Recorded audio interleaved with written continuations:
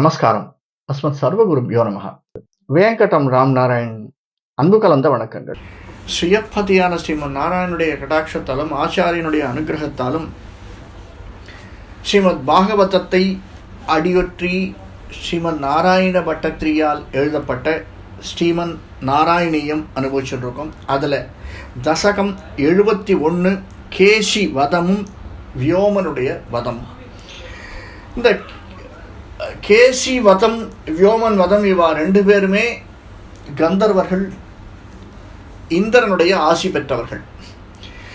மாவாய் பிளந்தானை மல்லரை மாட்டிய தேவாதி தேவனை சென்று நாம் சேவித்தால் என்னென்ன விதமான நன்மைகள் நமக்கு கிடைக்குமோ அனைத்து விதமான நன்மைகளும் நமக்கு இந்த நாராயணியத்தில் கிடைச்சிருக்கு. இது சாதாரணமானதொரு விசேஷம், சாதாரணமானதொரு பாசுரம், சாதாரணமான ஸ்லோகங்கள் இல்லை. ஒவ்வொரு ஸ்லோகமும் மகாபாரதத்தை, பாகவதத்தை, பெருமாளுடைய அனுகிரகத்தை நம்மிடம் டிரான்ஸ்ஃபர் செய்யக்கூடிய ஸ்லோகங்கள். அத்தனையும் நாராயண பட்டத்திரி தான் எதிரே அமர்ந்து கொண்டு கிருஷ்ணனை, கோவிந்தனை, நாராயணனை, குருவாயூரப்பனை முழுவதுமாக அனுபவித்து அவனை பற்றி ஸ்லோகங்கள் எழுதியிருக்கார். அந்த ஸ்லோகத்தில் இப்போ நம்ம பார்க்க போகிறது கேசி வதம். கேசின்னா யார், ஏன் பகவானுக்கு கேசவன் என்ற திருநாமம் வந்தது அப்படின்னா அதற்கு காரணமாக இதுவும் ஒரு காரணம். பகவானுக்கு இதனால தான் கேசவன் வந்ததுன்னு இல்லை. கேசவனுடைய திருநாமங்களில் இந்த ஒரு திருநாமம் அடக்கம். அதற்கு காரணமானவன் கேசி. இவன் யார்? நம்ம சாதாரணமாக குதிரை அப்படிங்கிறத பற்றி தெரிஞ்சுட்டு இருக்கோம். குதிரை முகம் அப்படின்னா நம்மளுக்கு உடனே ஞாபகம் வரக்கூடியது ஹயக்ரீவன். பகவான் ஹயக்ரீவனாக அவதாரம் எடுத்தவன். அதே ஹயக்ரீவன் என்ற அசுரன் வேதங்களை திருடி சென்று விட்டான். இது அப்பப்போ நடக்கிறது. பகவானே இதெல்லாம் லீனியன்சி கொடுத்துருக்கார் போல் இருக்கு. ஏன்னா அவருடைய பெருமை உலகத்துக்கு தெரியணும், அவனை 4 பேர் பாராட்டணும், புகழணும். அப்போ தானே மற்றவனுக்கு எல்லாருக்கும் தெரியும். ஏன் மகாபாரதத்தில் பீஷ்மர் 1008 ஸ்லோகங்கள், 1008 நாமாக்கள் பாடினார்னா லட்சோபா லட்சம் நாமாக்கள் இருக்கு. அதில் அவர் செலக்ட் பண்ணி ஒரு 1000 நாமாவாக பாடினார். இந்த 1000 நாமாவை நாம் தினந்தோறும் சொல்லி வந்தோமேயானால் பகவானுடைய கடாட்சம் நமக்கு கிடைக்கும் அப்படிங்கிறத உள்ளார்த்தங்களோடு சொன்னார். அந்த மாதிரி சில சந்தர்ப்பங்களில் பகவான் அவனே அவதாரம் எடுக்கிறான், அடுத்தவர்களுடைய பிணியை போக்க வைக்கிறான். இதில் அவன் அவதாரம் எடுத்ததும் ஹயக்ரீவ அவதாரம். ஹயக்ரீவன் என்ற ஒரு அசுரனாக வேதங்களை திருடி சென்றவனும் இவனுடைய பெயரை கொண்டவன் தான். அந்த மாதிரி ஹரி அடிக்கடி இந்த பூமிக்கு சம்பந்தம் ஏற்படுத்தி கொள்ள வேண்டும் அப்படிங்கிற ஒரு பாவனை. அதனால தான் அவதாரங்கள் நிறைய எடுத்திருக்கான். இது தேவலோகத்தில் ஒரு நிகழ்ச்சி நடக்கிறது. நமக்கு தெரியும் குதிரைகள் எவ்வளவு வலிமையானவைகள் அப்படிங்கிறது. குதிரைகளை பற்றி நிறைய கேள்விப்பட்டிருக்கோம், சொல்லிருக்கோம். குதிரையினுடைய ஒரு காலினுடைய அடி அப்படின்னு எடுத்துட்டோம்னா கிட்டத்தட்ட 600 டன் நமக்கு இடிச்சா எப்படி இருக்குமோ அந்த அளவுக்கு கொடுக்கக்கூடியது குதிரையினுடைய கால். அது மட்டுமல்ல, குதிரைகள் களத்தில் இருக்கு, போர்க்களத்தில் இருக்கு அப்படின்னா இந்த தன்னுடைய மேலே அமர்ந்திருக்கக்கூடியவன் ராஜாவாக இருக்கலாம், மற்றவனாக இருக்கலாம், அடித்து விரட்டின்னு போனால் கூட கீழே விழுந்து கிடப்பவர்களை மிதிக்காமல் செல்லக்கூடிய தன்மை உடையது குதிரை. பல விலங்குகள் அப்படிதான், மாடும் அப்படிதான், பசுமாடும் அப்படிதான், யானையும் அப்படிதான். கீழே விழுந்தவர்களை, கீழே இருப்பவர்களை தன் காலால் மெதிக்காது. எவ்வளவோ பிரச்சனைகள் இருக்கும், நடந்து போச்சு, ஒரு போர்க்களம்னு நினச்சி பாருங்க. அப்படி இருந்தாலும் இருக்கிற இடத்திற்குள்ளே காலை வைத்து போகக்கூடியது. அவ்வளவு அருமையானது ஒரு மிருகம் குதிரை. இது ஒரு மாமிசம் இல்லாத பட்சி, மாமிச பட்சின்னு சொல்ல முடியாத குதிரை. யானை போன்று இது வெறும் தழைகளையும் இலைகளையுமே உண்டு வசிக்கக்கூடிய பட்சி. ஆனால் இங்கே இந்திரனுடைய குதிரை, இந்த குதிரையின் பல பேருக்கு பலவிதமான ஆசைகள் வருவதுண்டு. நம்ம இதை பற்றி நகுஷன் அவனுடைய கதையில பார்த்தோம். 100 அஸ்வமேத யாகங்கள் செய்து இந்திர பதவியை அடைய வேண்டும் என்று மேலே சென்று கொண்டிருந்த நகுஷனுக்கு ஏற்பட்ட ஆசையினால் திரும்பவும் பாம்பாக பிறந்தான் அப்படின்னு. பலவிதமான ஆசைகள் பல பேருக்கு இருக்கு. தான் வைராக்கியமாக இருந்தவன் தன்னுடைய சகோதரியினுடைய குமாரன் வந்து சொன்னான் அப்படிங்கிறதுனால அந்த வைராக்கியத்தை விட்டு ராமனுடைய அம்பால் மடிந்தவன் மாரீச்சன். அதே தன்னுடைய சகோதரி சொன்னாள் என்று எல்லாவற்றையும் விடுத்து சீதை மேல் ஆசை வைத்து மடிந்தவன் ராவணன். அந்த மாதிரியாக இந்த இவனுடைய குதிரை சேவகனாக இருந்தவன், குதிரைகளை கவனித்துக் கொண்ட கூடியவன் குமுதன் என்பவன் இந்திரனுக்கு அவனும் ஒரு தேவலோகத்தில் இருக்கக்கூடியவன் தான். இவன் தேவலோகத்திலே இருந்தாலும் இந்திரனை தன்னுடைய தலைவனாக கொண்டிருந்தாலும் இவனுக்கு உள்ளுக்குள்ள பகவானை பூஜிப்பது அப்படிங்கிறது ஒரு நியமமாக வச்சுருந்தான். நாமும் நம்முடைய கடமைகளை எல்லாம் செய்து கொண்டே இருக்க வேண்டும். அதுதான் நம்ம பெரியவா சொல்லிகிட்டே இருக்கா. நீ சந்தியாவந்தனம் பண்ணு, சந்தியாவந்தனம் பண்ணுறதுனால உனக்கு என்ன வந்துடும் அப்படின்னு கேட்காத. கர்மாவை செய், பலனை எதிர்பார்க்காது அப்படிங்கிறது தான் பகவானுடைய வாக்கு. உன்னுடைய கடமையை செய்து கொண்டே இரு, உனக்கு வர வேண்டியது வந்து கொண்டே இருக்கும். உன்னுடைய கர்மாவினால் அது சின்ன டிலே ஆகலாம். It may be delayed but not denied. அதனால நீ செய்ய வேண்டியதை செய்து கொண்டே இரு என்று உபதேசத்தை பெற்றவன் இந்த குமுதன். அவனுக்கு பகவான் மேல பயங்கர ஈடுபாடு. நம்ம கொஞ்சம் கொஞ்சமாக கடந்து இன்னைக்கு தேவலோகத்தில் வந்து இருக்கோமே, தேவனாக இருக்கோமே, தேவர்களுக்கெல்லாம் தேவாதிராஜனை வழங்கக்கூடிய இந்திரனுக்கு பணிவிடை செஞ்சுட்டு இருக்கோமே என்ற ஒரு பக்கம் நல்லதொரு சிந்தனை, மற்றொரு பக்கம் பகவானை பூஜிக்கக்கூடிய சிந்தனை. இதற்கு இடையில நம்மளுக்குத்தான் இல்லை, எல்லாருக்குமே ஆசை வரும் போல் இருக்கு. நம்ம முதல்லயே பார்த்தோம் 2-3 விஷயத்துக்கு முன்னாடியே. நளன் தமயந்தி, இந்த தமயந்தி மேல் ஆசைப்பட்டவர்கள் எப்படி அதனால பாடுபட்டவன் அழிந்தவன் நளன் அப்படிங்கிறத நளனுடைய சரித்திரத்தில் பார்த்தோம். தேவர்களாக இருந்தாலும் சில ஆசைகள் உண்டு. இந்த குமுதனுக்கும் ஒரு ஆசை வந்தது. இந்த தேவாதிராஜனுடைய குதிரை இருக்கிறது, தினமும் இந்த குதிரையை மேய்ச்சு அப்படி அதற்கு வேண்டிய சுசூஷைகள் எல்லாம் செய்து கொண்டு வந்தவன் ஒரு நாள் தேவாதிராஜன் பல்லக்கில் வெளியில் எங்கேயோ போயிருக்கான். அந்த சமயத்தில் இவனுக்கு ஒரு ஆசை, இந்த குதிரை மேலே நாம் ஏறி ஒரு ரவுண்டு வரணும். இந்த பசங்களுக்கெல்லாம், சின்ன பசங்களுக்கெல்லாம் அந்த காலத்தில் இப்போ அது இருக்கோ இல்லையோ, வாசலில் மாமா யாராவது சைக்கிளில் வந்துட்டு உள்ளே உட்காந்து பேசிட்டு இருந்தாலும், மாமாமோ கொஞ்சம் சாவி கொடுங்களேன், சாவி கொடுங்களேன், டேய் பேசாமறா அப்படின்னு அப்பா சொல்லுவா. இருந்தாலும் இந்த குழந்தை என்ன பண்ணும், வந்திருக்கிற வரைக்கும் அது பரவாயில்ல போட்டு குழந்தை தானே சாவி கொடுப்பார். ஒரு ரவுண்டு ஓட்டிட்டு வரதுல ஒரு தனி சந்தோஷம். இது இங்கேருந்து ஆரம்பிச்சிருக்கும் போல் இருக்கு. இந்த குமுதனுக்கு இந்த குதிரையின் மேல் ஒரு ஆசை. அமர்ந்து எப்படி உடனே அதன் மேலே அமர்ந்த உடனே என்ன வந்துடும் அப்படின்னா, அந்த சைக்கிளை ஓட்டச்சவே நம்மளுக்கு என்னமோ பிளைன் ஓட்டுற மாதிரி ஒரு, சில பேருக்கு 2 வீலர் ஓட்டினா ஃப்ளைட் ஓட்டுற மாதிரி ஒரு எண்ணம் இல்லையா? அந்த மாதிரி இவனுக்கு தானே ஒரு தேவாதிராஜன் என்ற நினைப்பு. அந்த குதிரையை எடுத்துன்னா அப்படியே போயிட்டே இருக்கான். நாழி ஆறுது தெரியல. திரும்பி வராக நாழி ஆயிடுத்தே, திரும்பி வரணுமேனு திரும்பி வரான். அந்த சமயம் பார்த்து தேவேந்திரன் வந்துடுறான். இந்திரன் வந்தவன் இவனை கவனித்து விடுகிறான். இந்த தப்பு செய்யலாமா? தான் இருக்கும் போதாவது எடுத்துன்னு போனா பரவாயில்ல, இருக்கும்போது இவனால் விடுவானா? விடமாட்டான். அவன் நினைக்கிறான், நான் இல்லாத போது இந்த குதிரையை அவமதித்து விட்டாய், என்னை அவமதித்து விட்டாய், நீ இந்த குதிரையின் மேல் ஆசைப்பட்டது போல் நீ குதிரையாக மாறக்கடவுதுன்னு சபிச்சுடுறான் தேவேந்திரன். அதாவது 2 விஷயங்கள், பிளெஸிங் இன் டிஸ்கைஸ் அப்படின்னு இங்கிலீஷில் சொல்லுவார். சில கெட்டவைகளும் நமக்கு நல்லவைகளாக மாறக்கூடிய வாய்ப்புகள் அதிகமாக இருக்கு. அந்த சந்தர்ப்பத்திலேயே நாம் என்ன பண்ணணும்? நமக்கு கஷ்டங்கள் வந்தாலும், இறைவா என்னமோ நான் இந்த பிறவியிலேயே இந்த கஷ்டத்தை அனுபவித்து இதை நான் விடுவித்து இந்த பிறவியோடு உன்னை அடைய வேண்டுவதற்காக நீ கொடுக்கக்கூடிய இந்த பலனை நான் ஏற்றுக்கொள்கிறேன் அப்படின்னு நினச்சி ஏற்றுக்கணும். சில சங்கடங்கள் வந்தாலும் அப்போதான் இந்த மனமது செம்மையானால் மந்திரம் ஜபிக்க வேண்டாம்னு சொல்கிற மாதிரி அந்த மனத்தை செம்மையாக வைத்திருக்க முடியும். இவன் பார்த்தான், நாம் தினந்தோறும் பகவானை வழிபடக்கூடியவன் அல்லவா, இருந்துமே நம்மளுக்கு இப்படி ஒரு சங்கடத்தை நாமே ஏற்படுத்தி கொண்டு விட்டோமே, ஏன்னா இவனுக்கு புரியுது தான் செய்தது தவறு என்பது உணர்ந்து விடுகிறது. இவன் திரும்பி தேவாதிராஜன்கிட்ட போய் கேட்குறான், சுவாமி நான் செய்தது தவறு, இதற்கு ஒரு பரிகாரம் வேணுமே, நான் எப்பொழுது இந்த குதிரை ரூபத்திலிருந்து விடுபடுவது அப்படின்னு.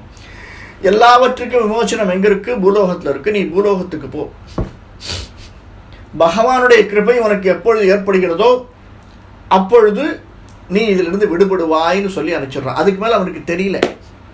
இப்படி விஸ்வாமித்திரர் ராமலட்சுமணனை அழிச்சுன்னு வந்தாலுமே கண்டது வெண்டிலர் வெண்டது கண்டிலர்னு சொன்ன மாதிரி அவன் கருதியது அருகில் நம்மால் அறிய முடியாது அப்படின்னு விஸ்வாமித்திரரை நினைக்கிற மாதிரி அதற்கு மேலே இவனுக்கு தெரியல. குமுதன் இங்கே வந்து பிறக்கிறான். எங்கே வந்து பிறக்கிறான்? எந்த இடத்துல வந்து பிறக்கிறான்? அவனுடைய கூட்டம் எங்கே இருக்கு பாருங்க. நரிகள் கூட்டம் எங்கே இருக்கும், கழுதைகள் கூட்டம் எங்கே இருக்கும், யானைகள் கூட்டம் எங்கே இருக்கும், அது அந்தந்த இடத்துல கூட்டமாக வந்து பிறப்பதனால் இவனுக்கு ஒரே ஒரு இந்த குதிரையாக பிறப்பாயின்னு சொன்னதோடு இல்லை, அவன் இன்னொரு விஷயத்தையும் சொல்லிடுறான், அசுரனாக பிறப்பாயின்னு சொல்லிடுறான். தேவேந்திரன் சபிச்சுடுறான், குதிரையாக பிறப்பாயின்னு சொல்லியிருந்தா பரவாயில்ல, நீ அசுரனாக பிறப்பாயின்னு சொல்லிடுறான். ஸோ ரெண்டு விதம். இவருக்கு அசுரனாக பிறப்பாய் அப்படின்னா சாத்வகுணம் போயிடுறது, சத்துவகுணம் மறைஞ்சிடுறது, ரஜோகுணம் தான் அதிகமாக இருக்கு. அந்த குணம் மறைஞ்சதுனால இவனுடைய குதிரை உருவெடுத்தாலுமே இவன் மாமிச பட்சை ஆயிடுறான். ஏன்னா அசுரகுணம் வந்துடுறது, அதனால மாமிச பட்சி ஆயிடுறான்.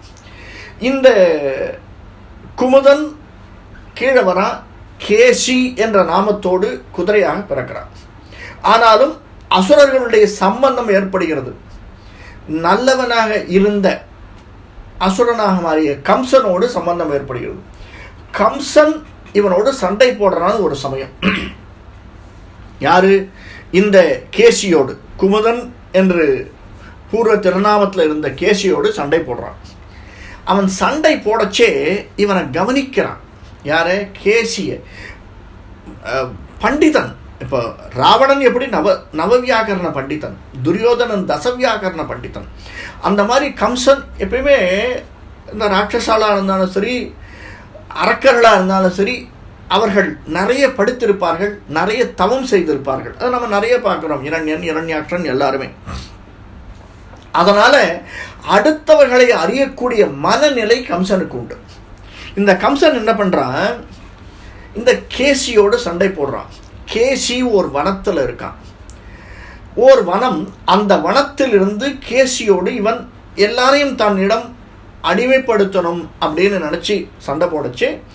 இந்த அரக்கனோடையும் சண்டை போடுறான். சண்டை போடச்சு முதல்ல கேசி வென்று விடுகிறான். அந்த சமயத்தில் அவனுக்கு தெரியல. இவன் என்ன பண்ணுறான்? வென்ற உடனே கேசியனுடைய தன்மையை பார்க்கிறான். அதனால் தன்னிடம் இருக்கக்கூடிய குதிரைகளையும் மற்ற மிருகங்களையும் சின்ன சின்ன விஷயங்களையும் பசுக்களையும் மற்றவங்களையும் அவன் அனுப்பிச்சுடுறான் முன்னாடி. கேசி அவற்றை நன்றாக உண்டு விடுகிறான். நன்றாக சாப்பிட்டப்புறம் அவனோட சண்டை போடுறான். அவனால் சண்டை போட இயலவில்லை, தோற்று விடுகிறான். கேசி கம்சனிடம் தோற்று விடுகிறான். அவனை சிறைப்படுத்தி வந்து தன் கீழே தன்னுடைய மந்திரி சபையில் வச்சுக்கிறான். இப்போ என்ன, இவன் என்ன சொன்னாலும் தலையாட்டுறான். அப்படிப்பட்ட ஒரு சந்தர்ப்பத்திலே கேசியை கூட்டு சொல்றான், இந்த மாதிரி என்னை ஒருவன் கொல்ல நினைத்து பிறந்திருக்கிறான், அங்கே நீ செல்ல வேண்டும் அப்படி. இவனுடைய இடம் எங்க இருக்கு அப்படின்னா பூதவனம் அப்படிங்கிற ஒரு இடம் இருக்கு. அதாவது கோகுலத்திற்கு வடக்கு அப்படின்னு வச்சுக்கோங்களேன். அந்த பூதவனத்தில் தான் இவன் குடிக்கொண்டிருக்கான். பூதவனத்தில் எப்பயுமே இவன் நடந்து வரும்போது, குதிரையாக நடந்து வரும்போது பின்னாடியே நரி கூட்டங்கள் வருமா, மேலே கழுகு கூட்டங்கள் வருமா. என்ன ரீசன் அப்படின்னா, இவன் ஒரு மாமிச பட்சணி ஆனதுனால எதிரில் கிடைக்கக்கூடிய அனைத்து மிருகங்களையும் கொன்று சாப்பிடுவது. அதனுடைய துளிகள் மிச்சம் விழுந்துரும், எலும்பு துண்டுகள் விழுந்துரும். இதனால இவன் சாப்பிட்ட மீதத்தை உண்டு கழிப்பதற்காக கழுகுகளும் ஓநாய்களும் நரிகளும் கூட்டம் கூட்டமாக பின்னாடியே இவனுக்கு வந்துட்டு இருக்குமா. இவனை அடக்க முடியாது, இவனை வெற்றி கொள்ள முடியாது. இவன் சாப்பிட்டு சிந்தியதே அவைகள் உண்டு. இதனால எங்கேயாவது பூதவனத்தில் மேலே கழுகு கூட்டங்கள் இருந்ததுன்னா தெரிஞ்சுக்கலாம், அந்த இடத்துல முன்னாடி கேசி போயின்னு இருக்கான் அப்படின்னு. இல்லை நரி கூட்டங்கள் பின்னாடி ஃபாலோ பண்ணிச்சுன்னா புரிஞ்சிக்கலாம் கேசி முன்னாடி போயின்னு இருக்கான், அந்த குதிரை போயின்னு இருக்கு அப்படின்னு. இப்படிப்பட்ட ஒரு சூழ்நிலையிலே கம்சன் வந்து சொல்றான், நீ வந்து இவனை கொல்ல வேண்டும். இவனுக்கு ரொம்ப சந்தோஷம். ஏன் சந்தோஷம் அப்படின்னா, இது ஒன்று பூதவனத்துக்கு பக்கத்திலே இருக்கக்கூடியது கோகுலம், அதாவது அருகாமையில் இருக்கக்கூடியது. அருகாமை அப்படின்னா இப்போ சொல்கிறா இல்லையா, சென்னைக்கு வெகு அருகாமையில் திண்டிவனத்தில் 40 ஏக்கர் இருக்குது, உங்களுக்காக பிளாட் போட்டு வச்சுருக்கோம் அப்படின்னு. அந்த மாதிரி ஒரு அருகாமை, அந்த காலத்திலே அது அருகாமைன்னு சொல்லப்பட்டது. அந்த அருகாமையில் இந்த கேசியானவன் வசித்து வருகிறான். அந்த சமயத்தில் கோகுலத்திற்கு அவன் என்டர் பண்ணுறான். யாரை? இந்த நர பக்ஷி ஆன கேசி பூதவனத்திலிருந்து கோகுலத்திற்கு பெருமாளை கொல்ல வேண்டும் அப்படிங்கிற ஒரே யோஜனையோட பரமபுருஷனை அழிக்க வேண்டும். இவனுக்கு ரொம்ப தெரியும், பெருமாளுக்கு அப்பப்போ தான் செய்வது மற்றவர்களை விட்டு செய்ய சொல்வது இது ரொம்ப சுலபம் பெருமாளுக்கு. ஏன்னா it is a balancing world, எல்லா இடத்துலையும் ஒரு பேலன்ஸ் இருக்கணும் அப்படிங்கிறதுனால இதையும் அலோவ் பண்ணுறானாம் பெருமாள். ஏன்னா மிருகங்கள் அதிகமாக பெருத்து போச்சு. அந்த மிருகங்கள் பெருத்து போனதுனால அவைகள் மனிதனை சாப்பிடாமல் இருக்கணும்னா இந்த மாதிரி ஒருத்தன் பூதவனத்தில் இருந்தானா மிருகங்கள் குறையும் அப்படிங்கிறதுனால அதனுடைய பாரங்கள் குறைக்கப்படும், பூமிக்கு மிருகங்களுடைய பாரமும் குறைக்கப்படும்னு இவனை அனுப்பியிருக்கான். எல்லாத்துக்கும் ஒரு மூல காரணம் உண்டு பகவான் இடத்துல. அப்படிப்பட்டவன் கோகுலத்துக்கு வரான். அவன் கோகுலத்துக்கு வந்து பெருமாளை என்ன பண்றான், கிருஷ்ணன் அவனை எப்படி சம்ஹாரம் பண்றார் அப்படிங்கிறது சொல்ல வர்றது தான் இந்த தசகம். கேசிவத வியோம அசுரவதஹ ச. அதாவது யன்னேஷு சர்வேஷு அபி நாவ கேசி கேசீச வேஜேஷி துரிஷ்ட பந்து துவம் சிந்துஜாவ் ஆப்ய இதீவ மத்வா சம்பிராப்தவான் சிந்துஜ வாஜிரூபா. யாரு? கம்சன் போஜராஜனானவன். அப்படிப்பட்ட கம்சனுக்கு உறவினனாக, ரொம்ப க்ளோஸாக, அவனுடைய நெருங்கிய நண்பனாக விளங்கக்கூடியவனாக, கம்சன் எடுக்கக்கூடிய முயற்சிகளை எல்லாம் வெற்றி தேடித்தரக்கூடியவனாக. இவன் முதல்ல அனுச்சான்னா சில பேருக்கு தெரியும் இல்லையா, அரசியல்வாதிகளே, இவன் அனுச்சா இவன் காரியத்தை முடிச்சு வந்துடுவான். கார்பரேட்டில் அது நல்லா தெரிஞ்சு வச்சுருப்பான். யாருக்கு வேலை செய்கிறானோ அவனுக்கு வேலையை கொடு, ஏன்னா இவன் அனுப்பிச்சா அந்த வேலை முடிஞ்சிடும், இவனை அனுப்பாதப்பா, அவன் ஜோடி சும்மா சுற்றி வந்துட்டு இருப்பான் அப்படின்னு தெரியும். அந்த மாதிரி கேசி கம்சனுக்கு ஒரு உதவி புரிவனாக இருந்தானாம். நாவகேசி கேசிச்ச பேஜை துரிஷ்ட பந்து, அவனுடைய ரொம்ப க்ளோஸாக பந்துவாக நினைக்கக்கூடிய அளவிற்கு வளர்ந்து வந்தானாம் கேசி. அவன் என்ன பண்ணுறான், இந்த காட்டிலே எந்த மாதிரி சிந்துஜா அப்படிங்கிற சிந்துஜா வாபிய, சிந்துஜான்னா குதிரை மூஞ்சோட குதிரையாக வருகிறான். குதிரையினுடைய ரூபத்திலே, விசேஷ ரூபத்திலே இந்த காட்டிலே எங்க வரான், இந்த அவன் இருக்கக்கூடிய காட்டிலே பூதவனத்திலே அவன் இருக்கின்றான். அந்த இடத்திலிருந்து பகவானை கொல்வதற்காக குதிரை உருவத்தில் வருகிறான் அப்படின்னு சாதிக்கிறார்.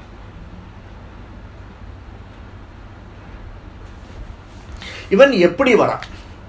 இவன் கந்தர்வதாமேஷ கதோபி ரூபைஹி ரூஷைஹி நாதை சமுத்வேஜித சர்வலோகா பவத் விலோகாவதிகோபவாடீம் பிரமார்த்திய பாப புனராபதத்வாம். அந்த கேசிக்கு நம்ம முதல்ல பார்த்தோம், கந்தர்வத்தன்மையும் இருக்கு, அதாவது அசுரத்தன்மையோடு தேவத்தன்மையும் கொண்டவனாக அந்த குதிரை ரூபம் எடுத்தவன் கேசி. ஏன்னா இந்திரனுடைய சாபம் அப்படி, இந்திரனோடு கூட இருந்தவன் பகவானை பூஜித்தவன். கந்தர்வதாமேஷ கதா அப்பி ரூஷைஹி நாத்தைஹி, அதாவது கந்தர்வத்தன்மை கூடியதான குதிரை. இதை எதுக்கு சொல்றார் அப்படிங்கிறது 2 பாசுரங்கள் கழிச்சு நமக்கு தெரியும். அப்படிப்பட்டவன் குதிரை ரூபம் எடுத்தான். எதனால குதிரை ரூபம் எடுத்தான்? இவன் சபித்ததனால், அசுரனாக கடவாய் என்று தன்னுடைய எஜமானன் இந்திரன் சபித்ததனால் குதிரை ரூபம் எடுத்தான். அப்படிப்பட்டவன் எடுத்தானே, அவனுக்கு கொஞ்சம் கூட பொருத்தமே இல்லையா. சில பேருக்கு பொருத்தமாக இருக்கும் இல்லையா. இப்போ கொக்கா வந்தான் அப்படின்னா பொருத்தமாக இருக்கும். ஏன்னா ஏன் இவனுக்கு பொருத்தமாக இல்லை? சமுத்வேஜித சர்வலோகா அப்படிங்கிற துளியும் பொருத்தமே இல்லாதவன். பவத் விலோகா வதி கோபவாடி, எல்லாரையும் பயமுறுத்துறானா. ஆனால் யாரும் பயப்படுறதில்லை. ஏன்னா இவனுடைய பேசிக் எண்ணம் இவன் கந்தர்வத்தன்மை கொண்டவன், மிகவும் சாத்வீக குணம் கொண்டவன். இப்போ அசுர ரூபம் எடுத்தது, அந்த அசுர ரூபம் எடுத்ததனால் நர மாமிசங்களை சாப்பிடக்கூடியவனாக இவன் விளங்கியதால் இவனுக்கு மற்றவர்களை கொல்ல வேண்டும் என்ற எண்ணம், அதனால பயமுறுத்துறானாம். அப்படி பயமுறுத்தி கோகுலத்திலே உள்ளே நுழைகிறான். பிரமாத்திய பாப புனரா பதத்வாம். இந்த கோகுலத்திலே பகவானை எதிர்க்க அவன் வரான் அப்படிங்கிறார். இந்த பகவானை எதிர்க்க அவன் வரவன் எப்படி வரான்? தாக்ஷ்யார்பிதாங்கிரே ஸ்தவதார்க்ஷேஷ சிக்ஷேப வக்ஷோ புவிநாம பாதம் பிருகோ பதாகாத கதான் நிஷம்ய ஸ்வனேவ அபி சக்கியம் ததிதீவ மோகாது.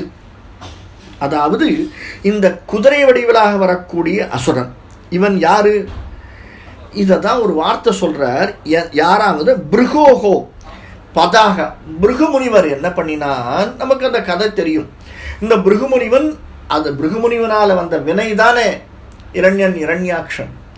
அவர் உள்ள போகச்சே இவர்கள் தடுத்ததை மீறி உள்ளே செல்கிறார் பிருகுமுனிவர். பகவானுடைய மார்பிலே காலை வைத்தவன். பிருகோஹோ பதாகாத கதாம். அந்த பிருகுமுனிவன் காலை வைத்த போதும் நீ என்ன பண்ணின? அவனை ஏற்றுக்கொண்டாய். அவரை எப்படி வழிநடத்த வேண்டுமோ அப்படி வழிநடத்தி உனக்கு தெரியும் இந்த குதிரையை எப்படி வெல்ல வேண்டும் என்பது. அப்படி வழிநடத்திய நீ இப்பொழுது இந்த குதிரை ரூபமாக வந்தவனை என்ன செய்ய வேண்டும் என்று தெரியும். அவன் காலால் உதைக்க முற்பட்டவன். எப்படிப்பட்டது?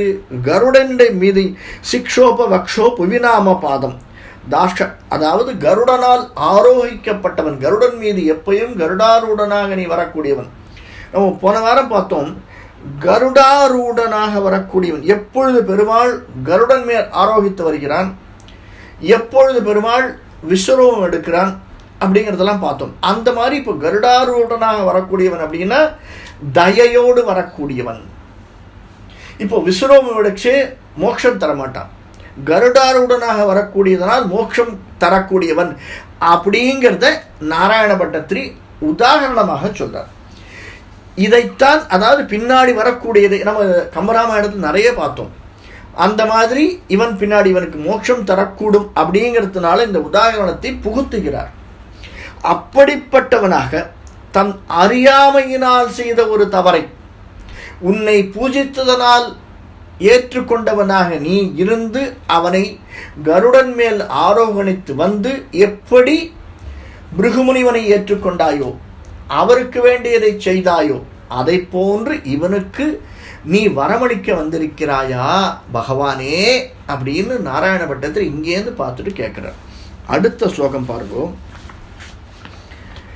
பிரபஞ்சயன்னஸ்ய குராஞ்சலம் த்ர அமும்ச விக்ஷேபித தூர தூரம் சமூர்ச்சிதோ அபித்யுதி மூர்ச்சிதேன குரோதோஷ்மணா காதிது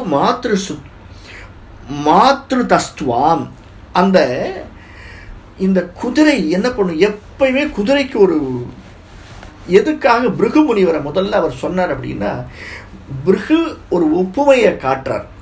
ஒன்று பகவான் மோட்சத்தை அருளக்கூடியவன்றதுக்கு ஒரு உதாரணமாக சொன்னார். ரெண்டாவது பிருகுமுனிவன் காலால் உன்னை உதைத்தான் அப்படிங்கிறது எதுக்காக சொன்னார்னா, குதிரையானது எப்பயுமே என்ன பண்ணும்னா அடுத்தவனை அடிக்க வேண்டும், உதைக்க வேண்டும்னு தன்னுடைய முன்னம் கால்களால் உதைக்க வருமா. அந்த முன்னங்கால்களை எடுத்து குதிரை உன்னை உதைக்க வந்தது அப்படின்னு இவர் சாதிக்கிறார். குதிரை ரூபமான அசுரன் தன்னுடைய குழம்புகளை உடைய முன்னங்கால்களால் உன்னை தாக்க வந்தான். ஆனா நீ என்ன பண்ணின? அமும்ச விக்ஷேபித தூரம், அதாவது அவனுடைய மேலே படாம நீ அப்படியே தள்ளி சரிச்சின்னு போயிட்ட. அப்படின்னா எப்படி? இப்போ சினிமாவில் பார்த்துருக்கோம் இல்லையா? நம்ம சினிமாவில் இன்னொருத்தர் 2 பேர் சண்டை போடச்சு அவன் அடிக்க வர மாதிரி இருக்கும். ஆனால் அடிப்பாளோ? அடிக்க மாட்டான். அடித்தா என்ன ஆகும்? குத்துற மாதிரி இருக்கும். குத்துவாளோ கிட்டக்க வரைச்சே அந்த அடியானது தன்மேல் விழுந்தால் எந்த பாதிப்பு வரும்னு அப்படியே ஒரு ஆக்ஷன் கொடுத்து அவள் கீழே விழுந்துருவா. அந்த சமயத்தில் இவன் நகர்ந்துடுறா இல்லையா? அந்த மாதிரி கிருஷ்ணன் என்ன பண்ணினான்னா, அவன் எதிர்த்து வரச்சே, அந்த கால்களை எதிர்த்து வரச்சே இவன் தன்னை அப்படியே நகர்த்தினான். தூரகா கொஞ்சம் அப்படியே தூரமாக போய் அதை அவாய்ட் பண்ணினானோ. அப்படிப்பட்டவன் இவன் எத்தனை நேரம் 2 காலில் எடுத்துன்னு உதச்சி வர முடியும்? 2 தடவை 3 தடவை வரைச்சே என்னாச்சு? பேலன்ஸ் எழுந்து கீழே விழுந்துடுறான். இவனே தன்னை அறியாமல் பேலன்ஸ் எழுந்து, அதை தானே கிருஷ்ணன் எதிர்பார்க்கிறார். எழுந்து கீழே விழுந்த உடனே என்ன பண்றார்? இவனை அந்த 2 பின்னங்கால்களை எடுத்து சுத்தி அடிக்கிறாராம். மயங்கி விழுந்த அவனை சமூர்ச்சித்தோ அபி, மூர்ச்சையாய் விழுந்த சமூர்ச்சிதா, மூர்ச்சையாய் விழுந்த அந்த கேசியை என்ன பண்றார்? இவர் எடுத்து சினத்தோடு எடுத்து சுத்துறாராம். அவன் என்ன பண்றான்? இவனை விழுங்க வரான். சுத்தி அடிச்சா கிருஷ்ணனுடைய கரம் பட்ட உடனே அவனுக்கு திரும்பவும் உயிர் வந்து விடுகிறது.